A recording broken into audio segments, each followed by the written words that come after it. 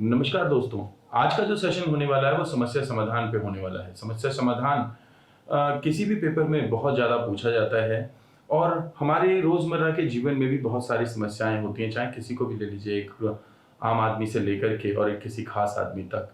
हर कोई इन समस्याओं से गुजरता ही है। तो बेसिकली अगर आप लाइफ को देखें तो लाइफ कहीं ना कहीं प्रॉब्लम सॉल्विंग के रूप में ही देखी जाती है कि लाइफ है तो प्रॉब्लम है और प्रॉब्लम है तो उसके सॉल्यूशन की तरफ आपको जाना ही है। तो यहाँ पे ब्रांसफोर्ड एंड बैरिस्टेन ने एक मेथड दिया था। तो इस मेथड को सबसे पहले देख लेते हैं कि ये मेथड क्या था। उन्होंने कहा था कि हमें जब भी कोई समस्या मिले तो हमें सबसे पहले आइडेंटिफाइंग और उसके बाद में हमें उसे डिफाइन करना चाहिए। जैसे ही हम उसे डिफाइन कर लें तो फिर हमें एक्सप्लोर करना चाहिए। एक्सप्लोर करने के बाद एंटीसिपेट करना चाहिए और एंटीसिपेट के बाद हमें पीछे देखना चाहिए और लर्न करना चाहिए। तो अगर हम इस अप्रोच को देखें तो इसे कहते हैं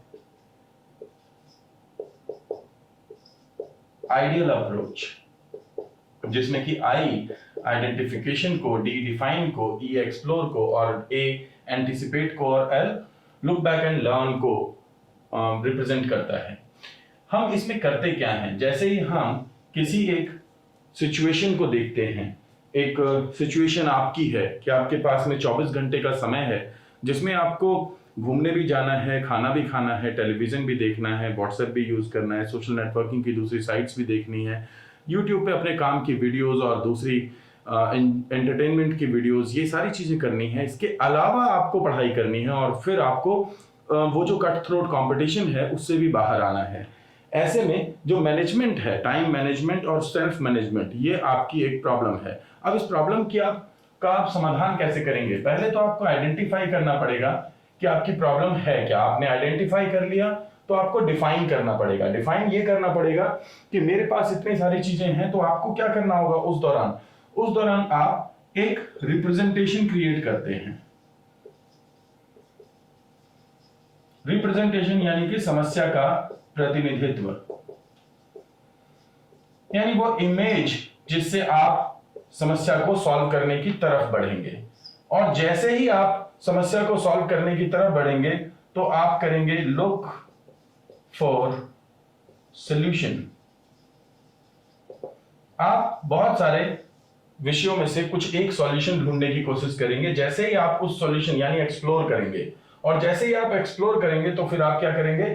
फिर आप ट्राई अ सॉल्यूशन। आप उनमें से एक सॉल्यूशन को लगाने की कोशिश करेंगे और फिर आप देखेंगे क्या? इवैल्यूएट, उसका मूल्यांकन। मूल्यांकन यानी कि क्या वो समस्या समाधान हो रही है। अगर आप फेल कर जाते हैं, आप वापिस आएंगे तो पहले ट्राई तो नहीं कर सकते सॉल्यूशन, फिर क्या करेंगे? तो यहां नहीं आएंगे, आप हमेशा आप यहां आएंगे, अनदर सॉल्यूशन। और या फिर आपने प्रॉब्लम को ही गलत तरीके से समझा हो। अगर आपने प्रॉब्लम को गलत तरीके से समझा है तो आप इवैल्यूएट करने के बाद वापस फिर एक रिप्रेजेंटेशन में आएंगे। आप अपनी समस्या को देखेंगे कि या तो आपके पास समय कम है, आप काम जो आपने काम निकाला है उसके लिए समय कम है, या फिर आपके पास समय कम नहीं है पर आप अपना समय बर्बाद कर रहे हैं। ये दोनों ही स्थितियां नहीं है, लेकिन आपको ये नहीं पता किस समय क्या करना है। तो यानी कि बहुत प्रकार की रिप्रेजेंटेशन हो सकती है, समस्या का प्रतिनिधित्व हो सकता है। तो आप उस प्रतिनिधित्व को बनाएंगे, एक प्रतिनिधित्व से एक प्रकार के सॉल्यूशन की तरफ जाएंगे, दूसरे से दूसरे, और हर समय आप एक बार में एक ही तरीके को उपयोग में ला सकते हैं। और जो तरीका ठीक रहेगा उससे आप किधर जाएंगे? सक्सेस की तरफ जाएंगे। लेकिन आपको यह तरीका कब लगेगा? जब आपके पास में कोई प्रायर स्कीमा नहीं है। अब एक और व्यक्ति की बात करते हैं, दैट वाज जॉनसन। अब जॉनसन ने कहा कि समस्या के 3 स्टेप्स होते हैं। मैंने आपसे बात की ब्रांसफोर्ड और स्टेन की, जिन्होंने आइडियल, इसे कौन सी अप्रोच कहते हैं? Ideal approach. इन्होंने आइडियल अप्रोच की बात की थी। 3 स्टेप्स ऑफ प्रॉब्लम सॉल्विंग, उन्होंने कहा पहली होती है भाई प्रिपरेशन, और दूसरी होती है प्रिपरेशन के बाद प्रोडक्शन, और प्रोडक्शन के बाद थर्ड स्टेज होती है जजमेंट। अब ये 3 स्टेजेस हैं। सबसे पहली है प्रिपरेशन, आप तैयारी करेंगे, तैयारी करने का मतलब आइडेंटिफाई करेंगे, डिफाइन करेंगे। प्रोडक्शन का मतलब एक्सप्लोर और एंटिसिपेट करें, एंटिसिपेट यानी अंदाजा लगाना, अंदाजा लगाना, खोजना। तो खोज करके आप अंदाजा लगाएंगे और फिर उसको लागू करेंगे, जजमेंट करेंगे। तो आप लुक बैक एंड लर्न यानी पीछे मुड़ के देखेंगे और उसको समझेंगे कि आपने इस प्रॉब्लम को सॉल्व करने से क्या समझा, क्या आपके समझ में चीजें आई हैं। तो जब आप किसी भी प्रॉब्लम में सबसे पहले उस प्रॉब्लम के अंदर जाते हैं, उस प्रॉब्लम को प्रोड्यूस करते हैं अपने रूप में, तो इससे पहले आपको पता होना चाहिए कि आपकी प्रॉब्लम है क्या। तो आपको प्रिपेयर करना पड़ेगा। फॉर एग्जाम्पल अगर प्रॉब्लम अगर फिजिक्स की है तो पहले आपको फिजिक्स पढ़नी पड़ेगी, आपको उसकी नॉलेज होनी चाहिए बेसिक चीजों की। तो ऐसा थोड़ी है कि न्यूटन जाएगा और ग्रेविटी खोज देगा, पहले जब तक उसने बेसिक प्रिंसिपल्स ऑफ फिजिक्स नहीं पढ़े होंगे तब तक वो ऐसा पॉसिबल उसके लिए नहीं है। तो अगर हमें इसे अगर पॉसिबल करना है तो पहले हमें उससे संबंधित प्रिपरेशन करनी पड़ेगी। If you want to become a doctor, you will have to go through biology, you will have to go through physics, you will have to go through other all areas जिनको की वहां पे जरूरत पड़ेगी। तब आप प्रोडक्ट्स प्रोड्यूस कर पाएंगे प्रॉब्लम को, और फिर आप जजमेंट पे पहुंच जाएंगे जब आप उसे करके देखेंगे। अब इसे करके देखने के लिए हमारे पास 2 अप्रोच हैं। यहां तक हम स्टेप्स की बात कर रहे थे, यहां पे 2 अप्रोचेस हैं। ये 2 अप्रोचेस कौन सी होती हैं? एक अप्रोच होती है एल्गोरिथम और दूसरी अप्रोच होती है ह्यूरिस्टिक। अब ह्यूरिस्टिक में आप कौन सी विधि लगाते हैं? बेसिकली खोज विधि, डिस्कवरी मेथड। और एल्गोरिथम यानी कि ये कहीं ना कहीं लॉग विधि है, मैथमेटिकल विधि है। ये कौन सी विधि है? मैथमेटिकल विधि है। तो मैथमेटिकल वाली सारी चीजें होंगी इसके अंदर, यानी कि इसमें एक पैटर्न होगा, जिस तरीके से आप सॉल्व करेंगे समस्या, इसमें आप समय पूरा देंगे और इसके लिए आप एक निर्धारित यानी कि एक निर्धारित तरीके से चलेंगे, एक सर्टेन वे में चलेंगे, पैटर्न में। अब ह्यूरिस्टिक में क्या होता है? ह्यूरिस्टिक में आप समस्या को जैसे ही लेते हैं तो उसमें आप रूल ऑफ थंब से चलते हैं। रूल ऑफ थंब मतलब मुझे लग रहा है कि ये वाला तरीका है इसका सॉल्यूशन का, तो सबसे पहले मैं इस तरीके को अपनाऊंगा। तो यहां पे आप एक तरीके से ट्रायल एंड एरर को भी अपना सकते हैं। हालांकि trial and error heuristic method नहीं है, लेकिन ट्रायल एंड एरर इंटीग्रली उसमें लागू हो जाता है। क्यों नहीं है trial and error heuristic method? क्योंकि ट्रायल एंड एरर मेथड में सबसे महत्वपूर्ण होता है कि आप ट्राई करते हैं और बहुत सारे तरीके होते हैं, तो आपने उसमें ये जो प्रिपरेशन है और जो प्रोडक्शन है इसमें कोई पैटर्न नहीं है। और जब ट्रायल एंड एरर की बात होती है तो उसमें पैटर्न नहीं होता, लेकिन ह्यूरिस्टिक में ये पैटर्न होता है कि आप उस पर्टिकुलर पैटर्न के थ्रू चलेंगे। तो ये थोड़ा सा डिफरेंस होता है। लेकिन आपके लेवल पे अगर आप सीटेट, पीआरटी, DSSB का कोई भी एग्जाम, EVGC या नेट का तक की भी तैयारी कर रहे हैं तो आपको इसी तरीके से समझना है इसे। जो रिसर्च स्टूडेंट है उनके लिए यहाँ पे डिफरेंस हो जाता है। तो अब इसके आगे बढ़ते हैं। तो ये 2 अप्रोचेस हैं। अगर एल्गोरिथमिक मेथड है तो ये सिंगल हैंडेड मेथड है जो इन्हीं 3 पैटर्न पे चलेगा। लेकिन अगर ह्यूरिस्टिक मेथड की बात करें अगर आप ह्यूरिस्टिक मेथड की बात करें तो इसमें कम से कम 4 तरीके होते हैं इसको सॉल्व करने के, किसी भी समस्या को। वो 4 तरीके कौन से होते हैं? तो इसमें जो सबसे पहला तरीका होता है कि आप प्रॉब्लम को छोटे छोटे हिस्सों में बांट दें, यानी कि सब गोल एनालिसिस, यानी कि उप लक्ष्य विश्लेषण।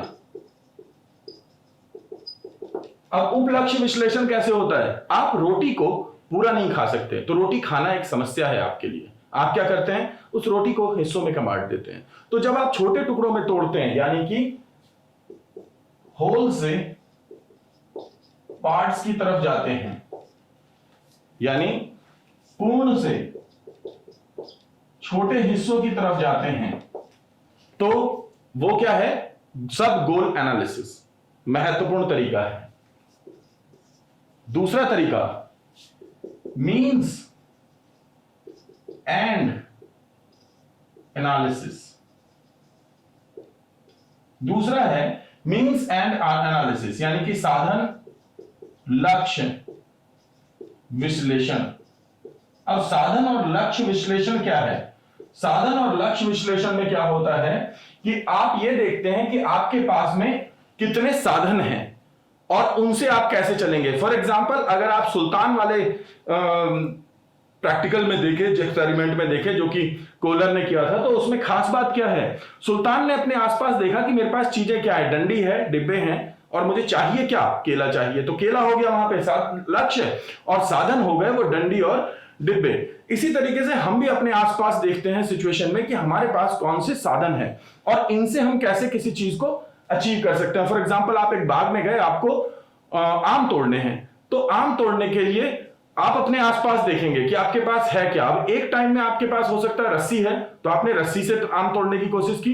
दूसरी तरफ रस्सी नहीं है, पत्थर से तोड़ने की कोशिश की। तीसरी तरफ डंडा है, डंडे से तोड़ने की कोशिश की। और चौथी तरफ पत्थर और रस्सी दोनों है, तो आपने पत्थर में रस्सी में पत्थर बांधा और लंगर बना करके तोड़ लिया। तो हर केस में आपका मीन्स एंड एनालिसिस निर्धारित करेगा कि आप किस तरीके के सॉल्यूशन में जाएंगे। अब आते हैं थर्ड। तो इसमें क्या होता है? गो बैकवर्ड। गो बैकवर्ड यानी कि पीछे की ओर चलो। भाई पीछे की ओर चलो, मूव बैकवर्ड। इसका मतलब क्या होता है? पतंग उड़ाते हैं, या फिर आप आपका चार्जर है, फोन का चार्जर, दूसरे लैपटॉप का चार्जर और तीसरी चीजें, ये सारी चीजें एक दूसरे के साथ में रख दिया आपने और सारे तार एक दूसरे में उलझ गए, या पतंग की डोर उलझ गई। अब आप क्या करेंगे? तो इसका सॉल्यूशन का सबसे बढ़िया तरीका क्या है? कोई एक छोर पकड़ लो और उसे वापस ले जाना चालू कर दो। तो इस तरीके से वापस जाते जाते एक एक गांठ सुलझती जाएगी और प्रॉब्लम आपकी सुलझ जाएगी। इसी को कहते हैं गो बैकवर्ड। आप जंगल में खो गए, तरीका क्या है? बेस्ट तरीका बाहर निकलने का, जिस रास्ते से आए थे उसी से वापस चले जाओ, ये बेहतर तरीका है। तो इसे कहते हैं गो बैकवर्ड। और चौथा एनालॉजी। आपने थॉर्नडाइक पढ़ा होगा, तो उसमें आपने सादृश्यता को पढ़ा है, सादृश्यता को पढ़ा है। अब ये जो सादृश्यता होती है, ये क्या है? तो आपका हिस्टोरिकल एक्सपीरियंस। भाई इस हिस्टोरिकल एक्सपीरियंस को तलाशो। अगर मैं इससे अगर एक पॉइंट निकालूं, तो आपको मैं समझा देता हूं। यहां पे ये हैं फैक्टर्स अफेक्टिंग प्रॉब्लम सॉल्विंग, यानी इस प्रॉब्लम सॉल्विंग को प्रभावित करने वाले कारक। इसमें जो सबसे पहले है वो है मेंटल सेट। अब आपका जो मेंटल सेट है, यानी कि आपका जो मानसिक विन्यास है, वो बहुत ज्यादा रोल निभाएगा। इसको सेट भी बोलते हैं कि पहले से ही आपका एक मेंटल सेट बना हुआ है। अब हर किसी का मेंटल सेट अलग होता है, कुछ के प्रेजुडाइसिस होते हैं, कुछ के परसेप्शंस होते हैं, आपकी थिंकिंग होती है, ये सारी मिलकर के आपका एक मेंटल सेट क्रिएट करती है।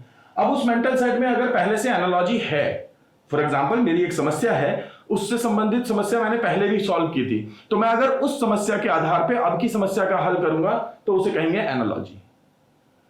लेकिन अगर मैं जैसे मैंने सॉल्व की थी एक प्रॉब्लम, मैं हर प्रॉब्लम को उसी तरीके से सॉल्व करने लगूंगा, जरूरी नहीं कि हर प्रॉब्लम का नेचर उसी तरीके का होगा, तो मैं उसको सॉल्व नहीं कर पाऊंगा। इस तरीके से मेरा मेंटल सेट प्रभावित करेगा मेरी प्रॉब्लम सॉल्विंग की क्षमता को। तो पहला जो तरीका होता है वो होता है मेंटल सेट, जिसके कारण कि हमारी प्रॉब्लम सॉल्व नहीं होती। दूसरा होता है फंक्शनल फिक्सेडनेस। फंक्शनल फिक्सेडनेस कि हम उसमें कार्यात्मक स्थिरता महसूस करते हैं। अब ये कार्यात्मक या क्रियात्मक स्थिरता क्या है? कि कोई एक समस्या जिस तरीके से आप सोच रहे हैं उस तरीके से काम ही नहीं कर रही, और हम हर बार एक ही तरीके से समस्या को सॉल्व करने की कोशिश कर रहे हैं, कोई दूसरा तरीका उस पर लगा ही नहीं पा रहे। इसको कहेंगे फंक्शनल फिक्सेडनेस। और ये जब भी होता है, इसमें आप देखेंगे कि एक जो बच्चा है जो मैथमेटिक्स की एक समस्या को सॉल्व करने की कोशिश कर रहा है, वो हर बार पीछे का एग्जांपल देख करके और उस तरीके से करने की कोशिश कर रहा है। तो अगर उसकी एनालॉजी काम कर रही है तब तो वो उसे सॉल्व कर लेगा, लेकिन कोई दूसरी प्रॉब्लम है जो कि एनालॉजी से सॉल्व ही नहीं होनी थी और वो फिर भी उसको एग्जाम्पल के थ्रू ही सॉल्व करने की कोशिश कर रहा है, तो वो नहीं होगी, क्योंकि फंक्शनल फिक्सेडनेस आ गई, क्योंकि वो कोई नया तरीका उस पर नहीं लगा पा रहा। थर्ड, अब ये दो सबसे महत्वपूर्ण है। इसके बाद तीसरा आता है आपका इंटरेस्ट एंड मोटिवेशन।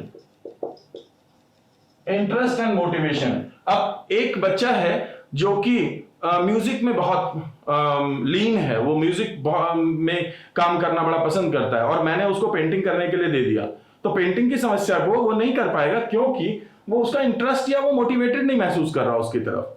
तो एक बच्चा जो है वो क्लास में नहीं पढ़ता है क्योंकि वो खेलने में अच्छा है, तो उससे खेलने की प्रॉब्लम तो सॉल्व हो जाएगी, लेकिन क्लास की प्रॉब्लम जो है वो शायद ना सॉल्व हो। या फिर दूसरे तरफ देखें तो अगर एक मैथमेटिक्स में अच्छा करता है बच्चा तो वो मैथमेटिक्स की प्रॉब्लम सॉल्व कर लेगा, लेकिन लैंग्वेज में उसको मजा नहीं आता है तो वो नहीं कर रहा उसकी प्रॉब्लम को सॉल्व।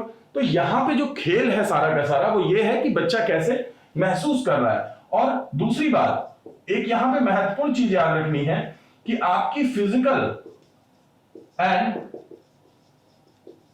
मेंटल स्टेट क्या है, यानी उस वक्त आपकी मानसिक और शारीरिक स्थिति क्या है। अगर आपकी तबीयत खराब है लेकिन आप खेल में बहुत अच्छे हैं, आप खेल की समस्याओं को सॉल्व कर लेते हैं, पर उस दिन आपकी तबीयत खराब है इसलिए आपकी फिजिकल स्टेट नहीं है सॉल्व करने की, तो आप अच्छा नहीं कर पा रहे। It's very simple. Again mental state, मेरे को पहले से ही टेंशन है। अब एक छोटा सा बच्चा है और उसको घर पे पिटाई हो गई, उसकी मेंटल स्टेट ठीक नहीं है इस वक्त, उसे गुस्सा आ रहा है, उसको आप कोई भी काम करने के लिए दोगे वो नहीं कर पाएगा। तो ये सारे वो फैक्टर होते हैं जो आपकी प्रॉब्लम सॉल्विंग को बाधित करते हैं, इसीलिए टीचर को सेंसिटिव होना पड़ता है इन सब के प्रति अगर वो करना चाहता है तो। अब हम यहां पे एज ए टीचर कैसे प्रॉब्लम सॉल्विंग को बेहतर कर सकते हैं, अगर हमें ये देखना हो तो नजर आ रहा होगा, हाँ आ रहा है। तो अब हम ये देखते हैं कि इसमें टीचर का रोल क्या है या टीचर का रोल क्या हो सकता है। तो सबसे पहले तो टीचर एक मोटिवेटर होता है, भाई ये तो मान ही लीजिए आप। सेकेंड, प्रॉब्लम को समझाइए, ये याद रखिए। सबसे पहले आपको क्या करना होता है, अगर आप चाहते हैं कि आपका बच्चा प्रॉब्लम को सॉल्व करे तो आपको प्रॉब्लम को समझाना पड़ेगा। थर्ड, हाफ सॉल्व, प्रॉब्लम को आधा सॉल्व कीजिए। Fourth, think allowed,